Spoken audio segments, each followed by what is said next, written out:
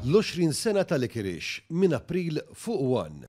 Waqt il-laqgħa ġenerali annwali tan-nisa Laburisti, il-Prim Ministru mexxej tal-Partit Laburista Roberta Bela sellem il-ħidma ta' din il-fera fil-partit bħala forza ta' ħsieb kritiku biex jibqa' jkun partit riformista li jmexxi l qudiem bidliet f'ħajjet in-nies mhux l-inqas fost in-nisa.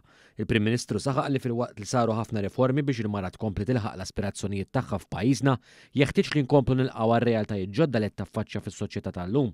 L-aġenda riformista li adotta l-Gvern fl-aħħar snin kienet kruċjali biex żdiedet il-partiċipazzjoni tan-nisa fid-dinja tax-xogħol, miżuri li kienu game changer bħal Child Care b'xejn wassal biex il-mara terġa' tibda taħdem wara li jkollha l-ewwel wilt. It-tielet strateġija kontra l-vjolenza domestika tinkludi mezzi teknoloġiċi li jgħinu lill-vittma tal-vjolenza domestika. Filwaqt li saru sensiela ta' riformi biex il-mara tibqa' timxi l qudiem f'pajjiżna, jeħtieġ li nilqgħu għar-realtajiet ġodda li jiltaqgħu magħhom in-nisa. Il-mara trid tittieħed f'kuntest usa b'mod partikolari fejn tidħol it-trobbija tat-tfal u l-familja, kompla il-Prim Ministru. Il-Prim Ministru temm b'messaġġ ċar dwar kif il-politika tal-Partit Laburista tiddistingwi mill-politika ta' ħaddieħor, il-politika li verament biddel ħajjet in-nies u tan-nisa f'pajjiżna.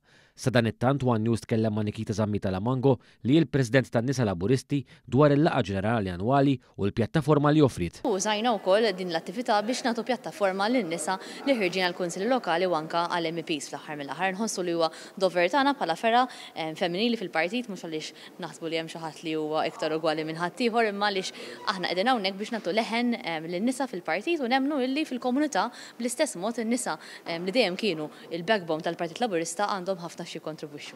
Tkellimna wkoll ma' Joyce Camilleri li se tikkontesta l-elezzjonijiet tal-Kunsilli Lokali fil-Belt ta' Bormla, sostnit l-importanza ta' rappreżentazzjoni ugwali bejn l-irġiel u n-nisa fix-xena politika Maltija. In-nisa huwa importanti illi kollhom għax l-imħuħ tal-irġiel u tan-nisa jaħdem daqsxejn differenti.